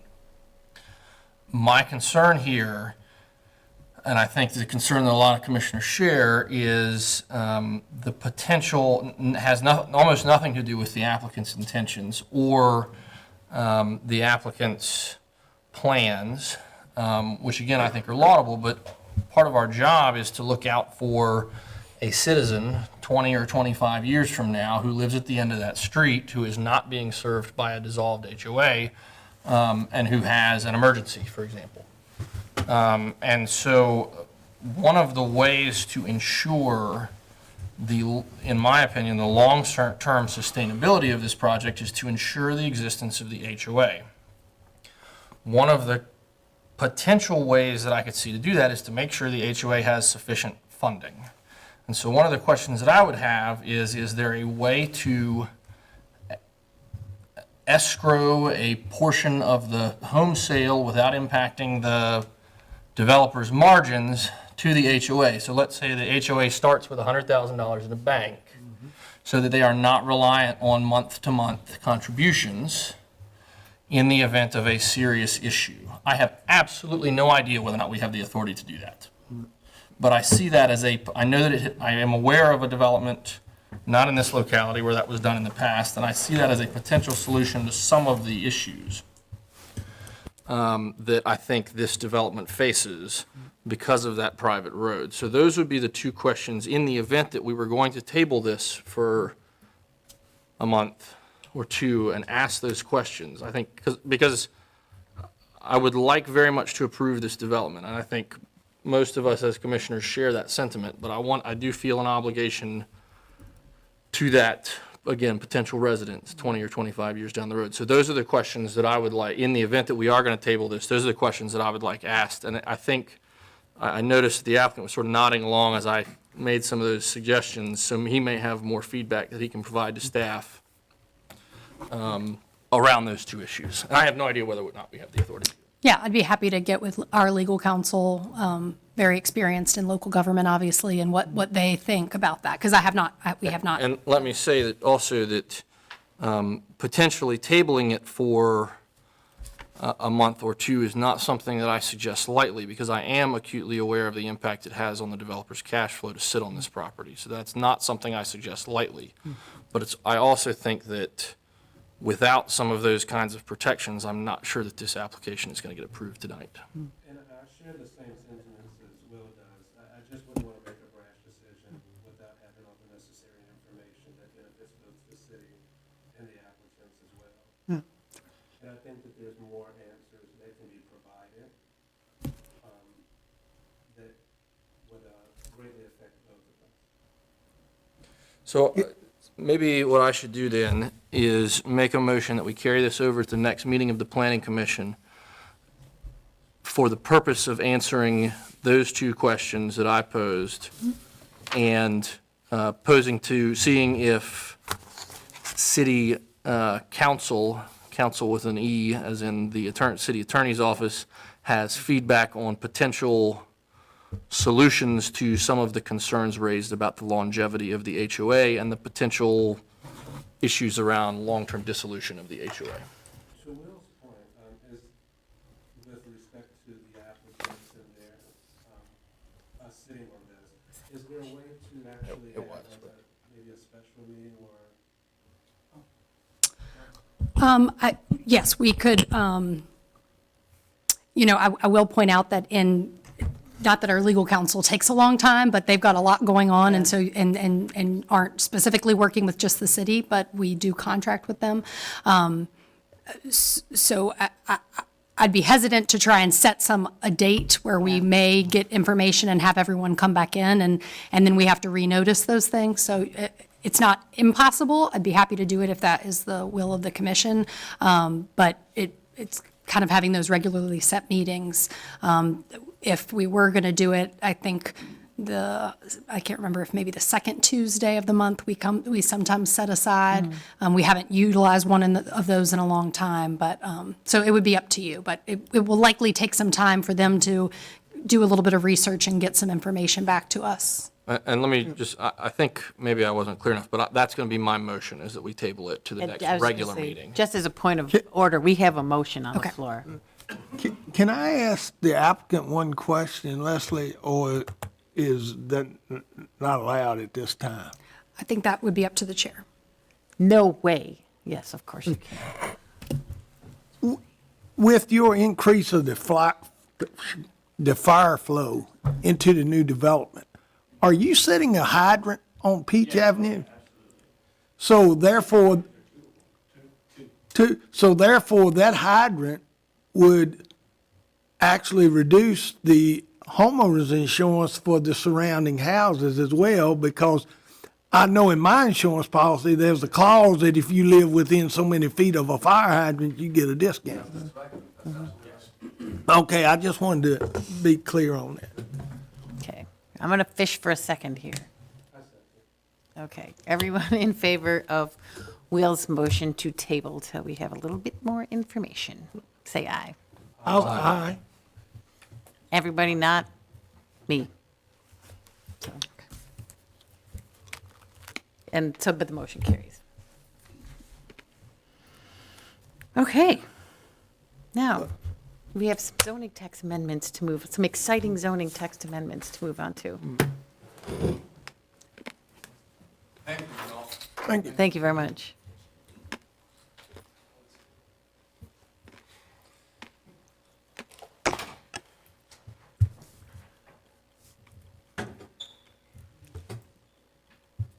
Sorry, we'll get through these. Okay, so the proposed zoning text amendments, we've had a lot of turnover on the planning commission, so some of you have heard these before, and we addressed them towards the end of last year, and there were some questions and some really good feedback and ideas and points, so we kind of went back to the drawing board, made some amendments to those, and are back. So for some of you, it'll be the second time you're hearing them refined. For others, it'll be the first time, so I am going to try and go through them and somewhat depth to make sure everybody's comfortable. But again, nothing tonight is about a vote. This is just saying these are the way we have them now, and we would be looking to advertise them for public hearings for your next meeting. So no decisions need to be made this evening. Okay, so the first is related to townhouse parking. So our current ordinance requires that each townhouse have 2 spaces per unit. But the driveways cannot count toward the required parking. And that's a little bit misleading in that if it was a rear-loaded driveway, it could count. But if it is a driveway between the unit and the road, so a front driveway, then it cannot count. And so in that instance, we are having townhouse developments that are counting their garage as one. We don't allow them to count their driveway as the other required. So they're often creating like bays of some additional parking throughout the development or on-street parking, which then kind of just cuts into road width and things like that. So the ordinance intent likely was that the assumption was that townhouses would be rear-loaded and that you would have your driveway in the rear and your garage count as your required spaces. In kind of a roundabout way, it has ended up giving the city some additional guest parking because we're not allowing that second one to count. So we're not calling it guest parking, but if we were to get rid of it, it would eliminate any guest parking and you would just have those 2. So we're coming to you trying to find kind of a middle ground that might work. So this is an example of what I mean when I say a rear-loaded townhouse development. So you have the street, you have the sidewalk and entrances, so you don't have any kind of driveway between the front of your house and the street. The driveway is behind with potentially a garage or not, and those could count as your parking spaces, and that's likely why the ordinance was put in place. Public Works does not like alleys. From a maintenance standpoint, we've kind of been moving away from alleys. So this portion of the ordinance is contradictory in that we're not approving alleys in developments, but this ordinance kind of focuses on that parking structure being related to having a rear-loaded unit. So the proposed change would be kind of two changes in two different places in the ordinance. So we would say, okay, you still have to have your 2 spaces, but now your driveway can count as one of your spaces. But then, so we don't lose some idea or percentage of guest parking, maybe we require either 0.25 or 0.5 spaces per unit for guest parking. So certainly it would be less parking than what we're requiring right now for developments. And I'll go into some examples so you can kind of see those differences and like how much we're talking about. So again, alleys are not encouraged by the city. The driveways are in the front and tend to be used by the homeowners as a parking spot anyway. So those are, the two. This change would provide some additional parking for visitors. And then this kind of middle ground we're trying to find would reduce the amount of paved areas and provide more flexibility for subdivision layouts. So this is an example. You guys have seen this development. This was the Hopeman Parkway Guilford subdivision, this townhouse development that you saw. And back when I brought this ordinance to you last time, we talked about this parking change. And one of your main questions was, well, if we make this change, how much more density could be achieved within that development? So staff looked at it and realized that in their initial submission, they had included 172 units, and that was when they thought they would be able to count their driveway in front as one of their spaces. But then what was actually approved, once they realized that was not able to be done, was 163 units, and that's, they got creative in their layout and provided that parking in various other ways. But I guess I just say that to point out, like in this specific instance, it's 9 more units, so we're not talking about some, large increase in density with this type of change.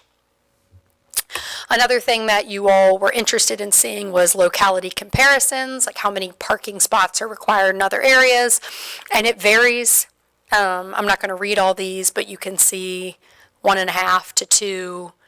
Harrisonburg kind of breaks it out specifically by bedrooms to go up by more, but I think we would be, maybe even being more conservative by having a guest parking percentage than maybe some of our other localities. So this goes through 3 different scenarios. So the Rosser Avenue subdivision that was recently approved, it was 80 units. The requirement is to have 160 spaces. So now, rather than having to have on-street parking or parking bays, they would be able to count their driveway and their garage as their 2 spaces. But then we'd be saying, if we went with the 0.25, you have to have 20 additional spaces that would be available to, we're saying guest parking, it could be someone with 3 cars or however, but 20 extra spaces to go within the development. Or if we wanted to go up a little higher and do the 0.5, it would be 40 additional spaces. And you can see that carries through the Hopeman subdivision, that was 163 units. You'd be requiring anywhere from 41 to 82 additional spots, and then something much smaller like a 4-unit development. You'd have, 1 to 2 extra units in guest parking. So we're trying to find that middle of the road. We are having developers that are, wanting to, reduce their costs, reduce the amount of asphalt that's out there, not only from a cost perspective, environmental perspective, several other reasons. And staff felt like this would potentially be a way of, allowing them to count that driveway space anyway, because they are, and then what would be that guest percentage we'd like to see. And this just shows, this is a zoomed-in version of the Rosser Avenue subdivision. You can see the way they met the existing ordinance was because they couldn't count their driveway, they were creating these kind of parking bay areas, and, that's a creative design and works well. Certainly, if this ordinance went through, there would be less of those. They wouldn't have to have as many, but there would be some additional guest parking percentage. And this just shows a kind of a more zoomed-in version of the Guilford subdivision. And then this is just a smaller lot subdivision that just kind of shows how you would, in those instances, have one, maybe two extra spots. Leslie, is that assuming that they're going to not do the rear load? So if I have a by right and I want to do it on the rear, is this going to prevent that? No, so if they, well, I mean, I think that's a good question, because I think we have other maybe conflicting parts of our ordinance when it comes to alleys, and whether we even approve alleys at all. I don't want to speak so definitively to that, because I think there are some conflicting points in the ordinance where it's not super clear, but it has been a desire of Public Works that we not go in the way of alleys. So I guess speaking kind of aside and say there wasn't any conflicting and Public Works loved alleys and we were doing alleys, they would be able to count it the same way. They would be able to count their garage and their back-loaded driveway as their spot, and there would still be some additional guest parking. So I don't see it as conflicting with these changes. And so then that is one change, and then the other change that's just needed to kind of everything I've been describing to make it make sense is this last provision, and this is the one that says outdoor surface parking can't be located between the street and principal structures, and that's the provision where we have told people your front driveway cannot count as one of your parking spots. So it'd be getting rid of that provision and then also adding the guest parking percentage. So what staff is looking for is feedback from the commission on advertising a 0.25 or a 0.5 percentage. Certainly we could advertise both and say, there's a decision point to be had between the two. So I'd be open if there's any feedback on that. If you don't have any definitive kind of feedback at this point, we would likely just structure the advertisement to create flexibility in that number for you all to kind of, hear the comments from the public and make that decision. The 2.5 that you're proposing, would that be with the parking bays? The 2.5 parking spaces per unit? So the two could be achieved, the two required could be achieved by their garage and their driveway. And then, and we do allow on-street parking too. So if they had a wide enough road and said, okay, we're also meeting some of our 2 per through on-street parking, they can do it multiple ways. So it's not specifically that it always, if they don't have garages, like some developments might not propose a garage, then maybe they're getting the 2 by the width of their driveway or 1 driveway spot and on-street parking. Okay. That also counts. But the sum total for the development needs to provide for 2.5 per dwelling. Or 2.25. Or 2.25, whatever the number is. Yep. Okay. Yeah. And with your other third option would be to allow flexibility from the 1.5 to 2.25.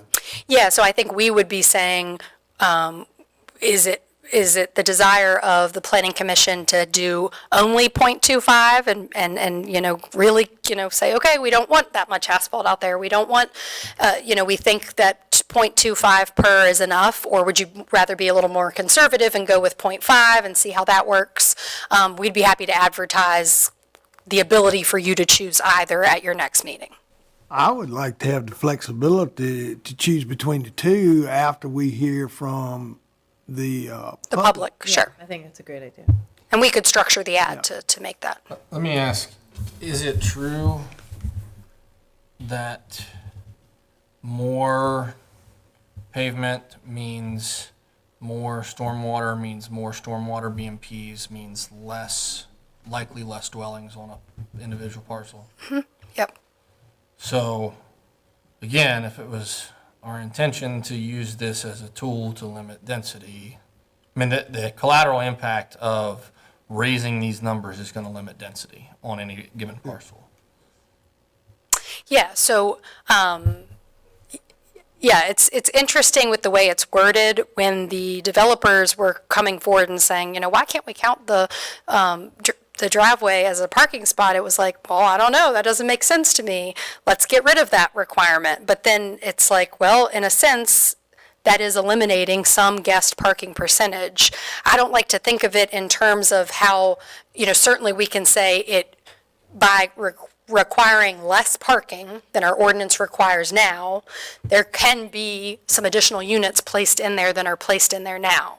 But I will point out that they still have to meet we have a certain unit per acre number. Right. We have a certain square footage lot size number. So it's not changing any of those things. And I guess kind of going back to that one example, It was it was 9-unit different, which granted, they could, I don't know the creativity, but it was about a 9-unit difference between the way that it was submitted when they thought they could include, when they only had to have 2 per with no guest parking, and then it was about 9 more units when they were in the existing, and so it's likely somewhere more than 9 if we come up with a 0.25 or a 0.5, but it's not. It was 9, so it was 9 less units, but it was 163 more parking spots. Yeah, that's my point too, is like By not counting the driveway. yeah, you're dramatically Yes. increasing the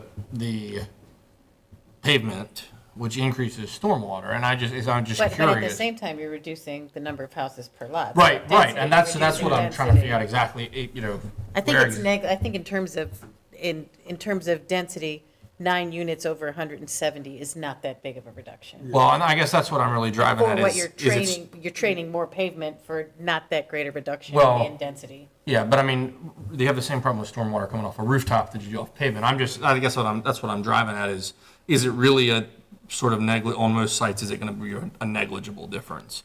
It's not going to be there's not going to be the case, I guess, for example, on a site like this, where those 3 extra roads are going to have to cause them to put another stormwater BMP and create more open green space around this development in most of these cases. Is that true? Well, I think it would depend on, all engineers can have kind of a creativity in their Yeah. layout and what's required, and so it's hard, that design they come up with it can look very different in very different scenarios. I think it's silly we can't count the driveways, but I think it's smart to accommodate for some guest parking. So I think opening the public hearing to whatever the variability, the community. Agreed. And I will point out, we're not in opposition to the development community, and we do try and listen to them, and this is something that has come up. Not that they're not doing it, they're saying, okay, fine, we'll do the subdivisions the way your current ordinance is, but they are pointing out some, monetary difficulties, other difficulties with flexibility and layouts, so we're trying to, create that middle of the road. Yes, I think we should have a public hearing that, do I need to make a motion? Does somebody need to make a motion? I think I can do it by head nods that Yeah, everybody's good with us Yeah. moving forward to a public hearing. Yeah, And then with the range. a range. Yeah. Okay. Okay. All right. I think that's the most difficult one. The other ones are a little easier. Okay. So the next one is about parking lot landscaping. And so we have a chart within our zoning ordinance, which I'll get to on the next slide, that lists all the different types of uses on one axis and all the different types of uses on the other. And it's essentially notifying if you have a residential use adjacent to a business use, this is the buffer you're required to have, or an industrial use next to this. And so that is somewhat, and I'll point out, in conflict with this section of the ordinance. So it says the perimeter of all parking areas and other vehicular use areas adjacent to residentially zoned property shall provide, and it currently says, a Class C buffer. So if you look at this chart, this is the chart that I'm speaking about. You go to highway business on the left, and then you go across to any of the various residential types, RS12 being kind of the large lot, single family. So highway business to RS12, you're required to have a Class B buffer. So we're often looking at those and saying, okay, Class B buffer is required, which is kind of in the middle. The Class A is, not as robust, B's in the middle, and C's the most robust. But then this section always kind of catches that if it's a parking area or other vehicle access or use area like an aisleway, then you have to do the Class C. So obviously the thought process behind that is, if you have cars with headlights, if you have, the noise of traffic, that maybe a higher Class C buffer might be needed. But it's a bit contradictory when in this section and often confusing, and what staff would like to do is to say, in place of, or in order, rather than having a Class C, you would have a Class B, and then in lieu of a Class B, you could have a wall, fence, or berm substituted for other buffer requirements. And so that'll make more sense when you look at these. So under the Class A buffer, you have a minimum width, and you have a certain number of plantings. A Class B buffer, you have a little bit greater of a width at 15 feet, and you have an evergreen tree that you didn't have in your Class A buffer. Your Class C buffer, you have an even greater width at 20 feet. You have to have a wall, fence, or berm, and all of those plantings. And so it's often, a little bit contradictory in that if you have a wall or a fence or a berm, you might not even be able to see those plantings. So certainly in certain instances where it's noise and you want that 20 foot, it makes sense. But in staff's on the ground workings, if it's a parking lot area, having a nice, robust 15-foot of evergreen tree is plenty at that location, and that if the applicant would rather say, well, rather than doing the plantings, I just want to put a fence or a wall or a berm, and it just gives staff the flexibility to approve those. So that would be the change there. So it's almost like a hybrid buffer? Yeah, it's a little bit of a hybrid. I mean, certainly, like if... So here, if you're saying a highway business next to a residential only has to have a B, okay, so the actual building of the highway business with the lights and customers and anything only has to have a B against residential, but the parking lot has to have a C. I think it's a little bit like what is the most impactful, and so staff's thought is a Class B buffer is still very robust and could work against the parking areas, if that makes sense.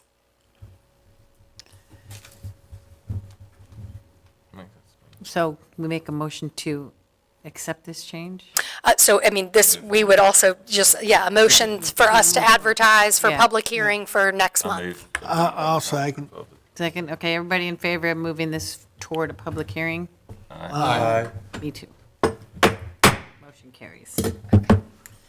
Thank you very much. Now, Okay, there's just a couple more, and they're. oh, more? Oh, Yeah, shoot. more, sorry.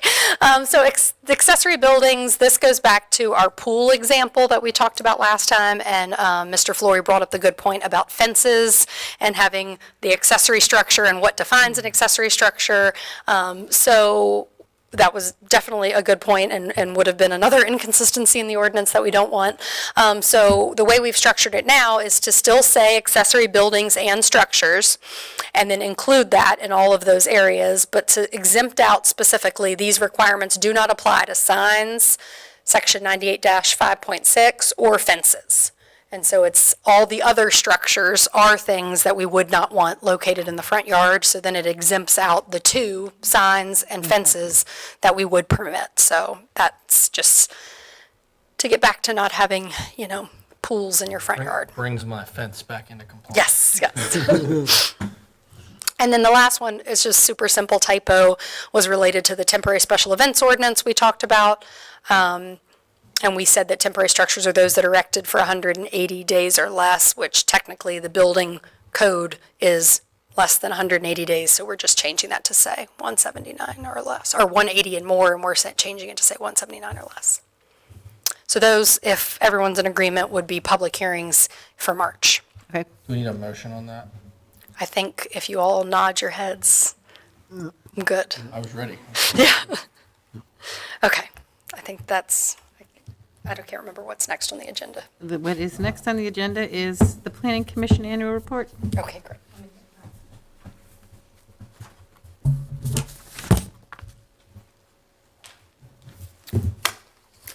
Okay, I know it's getting late, so I'll be quick. But so this is a requirement of code that the Planning Commission recommend an annual report to council.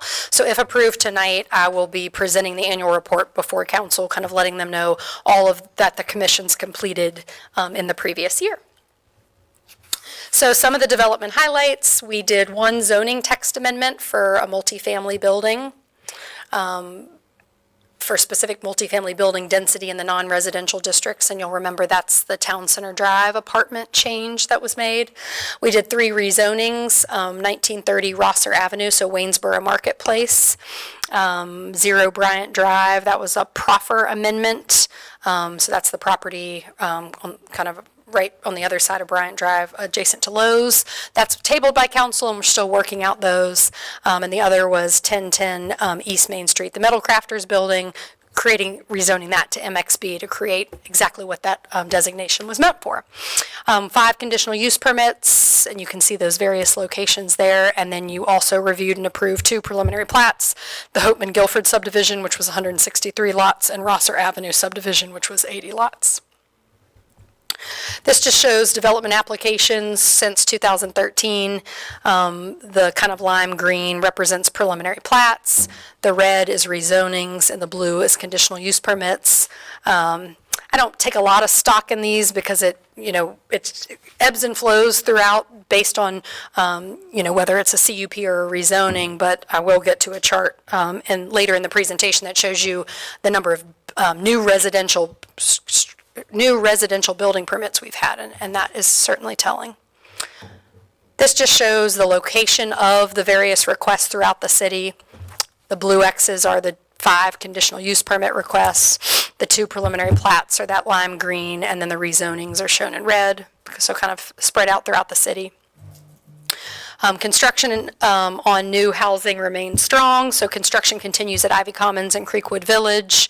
The final phases of Evershire remain under construction, and then obviously the 2 recently approved preliminary plats. And this just shows all of those developments that are on the books approved or in development stages throughout the city. So building has remained consistent since 2019. 2023 saw an increase in new building permits. So for multifamily, that's in red, but it's really that single family number that you can see. Last year we did 168 permits were issued. So 1 manufactured home, 1 modular, and then 163 stick-built new residential units, which is more than in the previous 4 years. So some other planning efforts, the West Main Street and Broad Street streetscape projects are in the design phase. These projects were funded in the 2020 round of Smart Scale. The West Main Street project goes from Hopeman to Lou DeWitt. It's going to replace the center turn lane with a planted median and add a continuous sidewalk on one side. This is a VDOT administered project. The engineering is underway, and we held a public information meeting in November of 2023. So the main purpose of this project is truly a safety benefit, and that center median and access management reduces those conflict points along that corridor that really contribute to the high crash numbers. The next project that is in the design phase, funded and administered by VDOT, is Broad Street streetscape. And so its intent is to beautify, increase safety, and add pedestrian improvements. It'll also have a median, some additional sidewalk.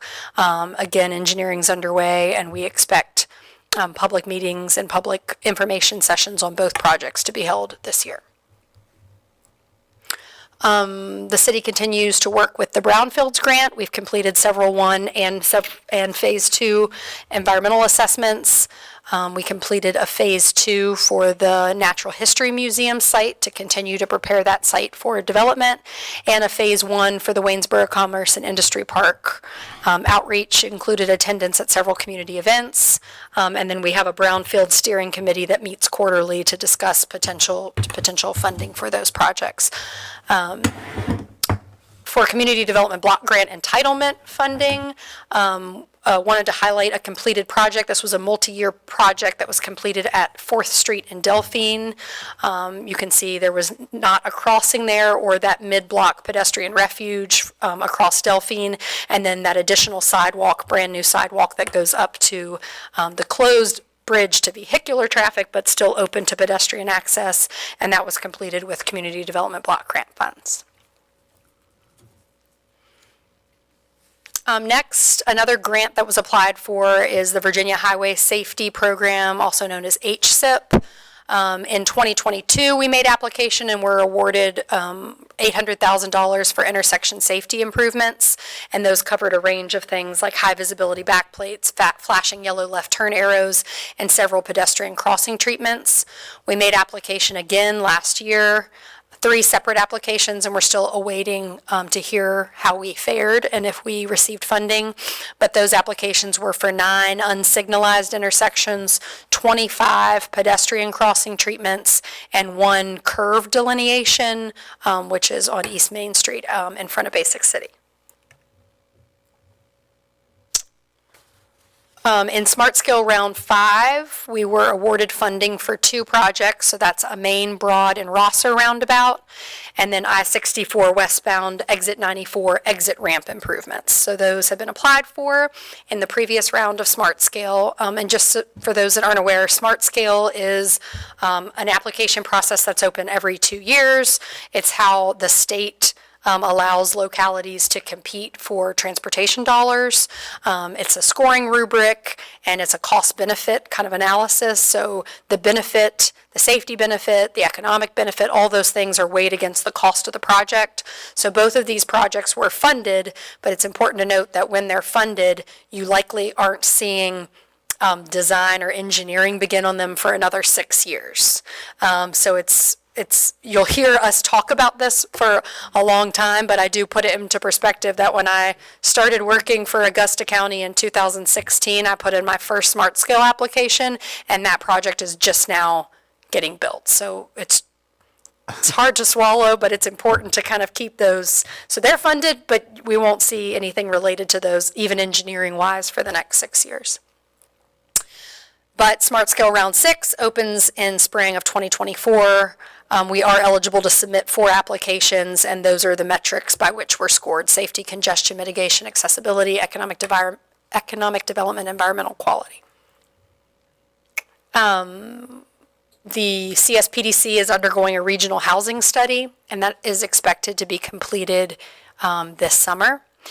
Staff did do kind of a deep dive on the data analysis at a work session for council recently, so I would encourage you to go back and listen to that.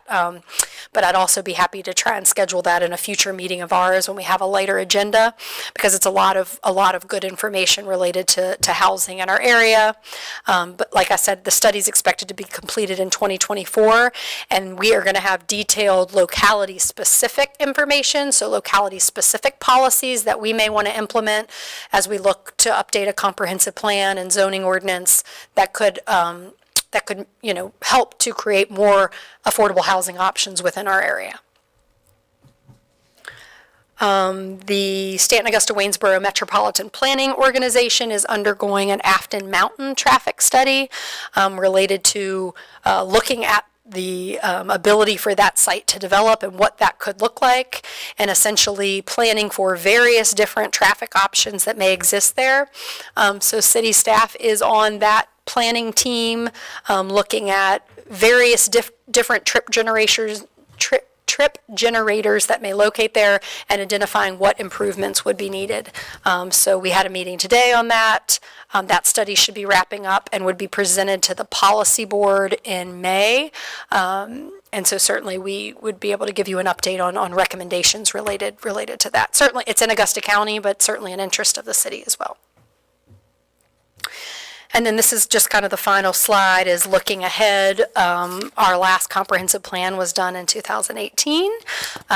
So it's hard to believe, but that is 5 years ago, over 5 years ago now. So we will likely be looking to update the comprehensive plan in some form or fashion. And so I just point that out because as the Planning Commission, that will be a significant task of yours to kind of guide and direct that process.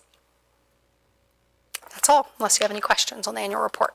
I got a quick question, Leslie, and Shannon might remember this as the only board member that's still around. Wasn't improvements to East Main coming into Waynesboro, wasn't that approved in 18? Oh, that was like Yeah. a smart scale grant from Okay. a long time ago. Good you point that out. There, and I think So that there's is another funded. roundabout in there somewhere too. Yeah, Like maybe the one at 13th. Delphine Yeah, so the and- East Main Delphine Roundabout Yeah, is a revenue sharing project, which means it's 50/50 grant funded and 50% local match from the city. I have a scope on my desk that will be signed soon, and we'll get engineering underway for that project. The East Main Street Streetscape project is funded at like 2 million, a little over 2 million. And it is, the scoping phase has opened. We foresee a budget shortfall on that project. So we're working with VDOT to kind of identify some ways that we might, amend that project or scale that project to fit in the budget. But so you're right in that those projects that you remember from so long ago, they're just now open for Right. engineering and planning. But yes, those funds still exist and are available.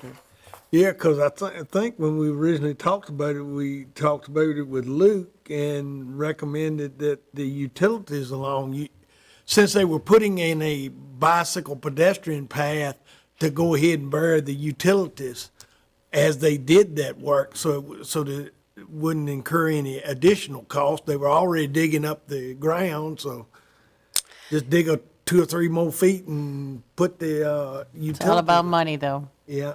Yeah, so the project, we do foresee a shortfall on that, so we're looking at creative ways to keep that one going along. But we will provide updates as we have them on that. Okay, next one is got to replace me. We need a chair, and do I even have a vice chair? Will, oh my God. Yeah, but you get reelected too. You're getting kicked out too. Election of the chair and vice chair, so, let's see. Well, maybe not, maybe you'll still be vice chair, but do I have to do this? Like, how do I do this? If I'm the one that's being replaced? Yeah, so I think anyone could make a motion for nominations of chair and vice chair. I'll make a nomination for Will to assume the chair, and I'll throw my name in the hat for vice chair. When do you go off, though? 26. So I make a motion that, also for Will to be chair and for, Nigel to be vice chair. So do you second it? You second his motion? So it might be worth it to separate if you want to amend your motion to deal with chair first. Okay, I'll make a motion to nominate Will for chair. I'll second that. All right, everyone in favor of Will taking over this fine seat? Say aye. Aye. Anybody opposed? I appreciate your faith. Looks like you got a new job. Somebody want to nominate a vice? I make a motion to nominate Nigel for vice. And I'll make a motion to nominate myself. Okay, so, I reckon you can do that, I don't know. I don't know. This is like out of my purview a little bit. I've not a lot of practice. So I assume you would deal with the first motion First motion first. first. So Okay, do we have a second on the first motion? Second. Second. Okay. Do we have a second on the second motion? well, Oh, wait. yeah, I think you would vote then on. So you have a second on the first motion, Right. So then I think you would Vote do on the the vote on the first motion. Okay, everyone in favor of Nigel being vice chair of the commission, say aye. Aye. Aye. Everyone not in favor? Okay. You got yourself a new job. Okay, so, any other matters from staff? No, I do not have anything else this evening. Good, because it's really, this might be the longest meeting we've had. It was productive. Any commissioners' correspondence and communication, other than thank you for, so like, I'm done after tonight. Am I done after tonight? as chair? Yes, you would be done as chair after tonight, so Will would assume at the next meeting. Yep. Okay, all right, just checking with that. Hopefully you got a cheat sheet for me too. Yes, and I'll make sure it's right this time, sorry. This one, there's a do- couple of things out of order on I this. do have a Robert's Rules of Order book somewhere. Okay, so someone want to move that we go home? I make Move a to motion adjourn. Everyone in second? Second. Let's adjourn. That was a lot.